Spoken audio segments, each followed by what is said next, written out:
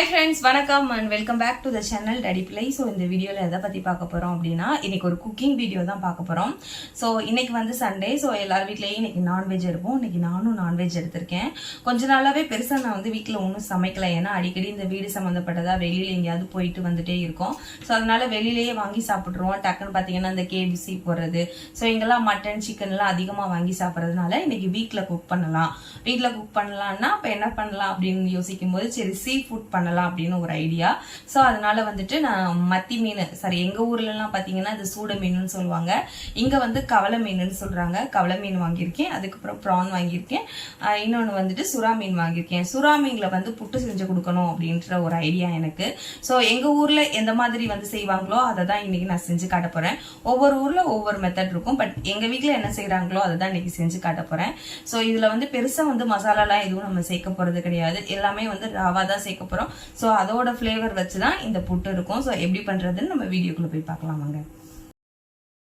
So கவலை மீனை வச்சு குழம்பு வச்சாச்சு. ஸோ நான் குழம்புன்னு வச்சே ரொம்ப நாள் ஆகுது, அதில் மீன் குழம்பு வச்சு ரொம்ப ரொம்ப நாள் ஆகுது.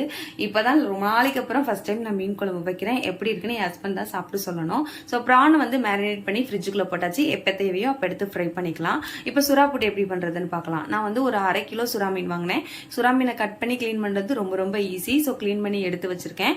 இப்போ ஒரு பாத்திரத்தில் தண்ணி, உப்பு, மஞ்சள் தூள், நம்ம க்ளீன் பண்ண சுறா மீனை சேர்த்து ஒரு கொதி வர விட்டுடலாம். ஏன்னா அப்போ தான் அந்த ஸ்கின்னை வந்து நம்ம பீல் பண்ணி எடுக்கிறதுக்கு ஈஸியா இருக்கும். ஸோ நம்ம இன்னொரு பாத்திரத்துல டிரான்ஸ்ஃபர் பண்றதுக்கு முன்னாடி கொஞ்சம் கூட தண்ணி இல்லாம டிரான்ஸ்ஃபர் பண்ணணும். இல்லாட்டா மீன்ல வந்து ஒரு மாதிரி நீர் கோர்த்துக்கிட்டு ஒரு மாதிரி சல்லுன்னு இருக்கும், புட்டுல டேஸ்டே இருக்காது. ஸோ நல்லா ஆறுனதுக்கு அப்புறம் இந்த ஸ்கின் எல்லாம் பீல் பண்ணிட்டு நம்ம உதுத்து வச்சுக்கலாம். இப்போ ஒரு பேன் சூடானதும் இதில் 1/2 ஸ்பூன் நான் ஆயில் விட்டுக்கிறேன். எண்ணெய் நல்லா காயட்டும். ஸோ நான் ஸ்டாண்டு வச்சு எடுக்காதனால அங்கிட்டு இங்கிட்டு ஆடுது. நெக்ஸ்ட் இருந்து நான் ஸ்டாண்டு வச்சு எடுக்க ட்ரை பண்ணுறேன். ஸோ இப்போ வந்து 1 ஸ்பூன் கடுகு உளுந்து, 1 ஸ்பூன் சோம்பு, 1 ஸ்பூன் ஜீரகம் சேர்த்து நம்ம வெடிக்க விட்டுக்கலாம். ஸோ இந்த ஸ்டேஜில் நான் கொஞ்சமாக கருவேப்பிலை சேர்த்துக்கிறேன். இப்போ வந்து ஒரு துண்டு இஞ்சி குட்டி குட்டியாக கட் பண்ணி வச்சுருக்கேன், அதையும் சேர்த்துக்கிறேன். 10 பல் பூண்டு கட் பண்ணி வச்சுருக்கேன், அதையும் சேர்த்து நல்லா பச்சை வாசனை போக நம்ம வதக்கிடலாம். ஏன்னா வந்து சுறா புட்டு வந்து சுறா மீன் வந்துட்டு கேஸ்ன்னு சொல்லுவாங்க, அதனால இஞ்சி பூண்டு நிறைய சேர்த்துக்கிட்டா ஒன்றும் தப்பு கிடையாது. நான் 1/2 கிலோ மீன் வாங்கினேன். ஸோ இதை வந்து கட் பண்ணி எடுக்கும்போது அது 1/4 கிலோவா மாறிடுச்சு. ஸோ அதனால 1/4 கிலோ மீனுக்கு 1/4 கிலோ வெங்காயம் எடுத்திருக்கேன். இதுல கொஞ்சமா உப்பு சேர்த்து நல்லா பச்சை வாசனை போக வதக்கிடலாம். நம்ம ஓவராவும் வதக்க தேவையில்லை, இல்லாட்டா அந்த ஃப்ளேவர் வந்து நமக்கு போயிடும். இப்போ நம்ம உதுத்து வச்சிருக்கிற மீனையும் சேர்த்து அந்த பச்சை வாசனை போகிறதுக்காக கொஞ்சமாக மஞ்சள் தூளும் சேர்த்து நல்லா மிக்ஸ் பண்ணி எடுத்துட்டோம் அப்படின்னா நமக்கு புட்டு ரெடி. நம்ம லாஸ்ட்ல வந்து கொத்தமல்லி தூவி இறக்கிடலாம். ஸோ அது ஒரு ஃப்ளேவர் கொடுக்கும். ஸோ கண்டிப்பாக வீட்டில் ட்ரை பண்ணி பாருங்க. தேங்க்யூ. ஸோ இது சம்மர் டைமா, ஸோ அதனால அக்னி வச்சிருச்சு, அதனால கிச்சனுக்குள்ள கொஞ்சம் கூட நிக்கவே முடியல. எப்பயுமே வந்து இந்த வேலையெல்லாம் இயர்லியதாவே முடிக்கிற மாதிரி இருக்கும், இல்லாட்டா வந்து நைட்டு தான் திரும்பவும் ஸ்டார்ட் பண்ணணும். ஸோ சண்டேயா நம்ம லேட்டா தான் எந்திரிச்சிருப்போம். ஸோ அதனால எல்லா வேலையுமே நமக்கு டிலே ஆயிடுச்சு. ஸோ அதனால கொஞ்சம் கூட கிச்சனுக்குள்ள வந்து நின்று சமைக்கவே முடியல.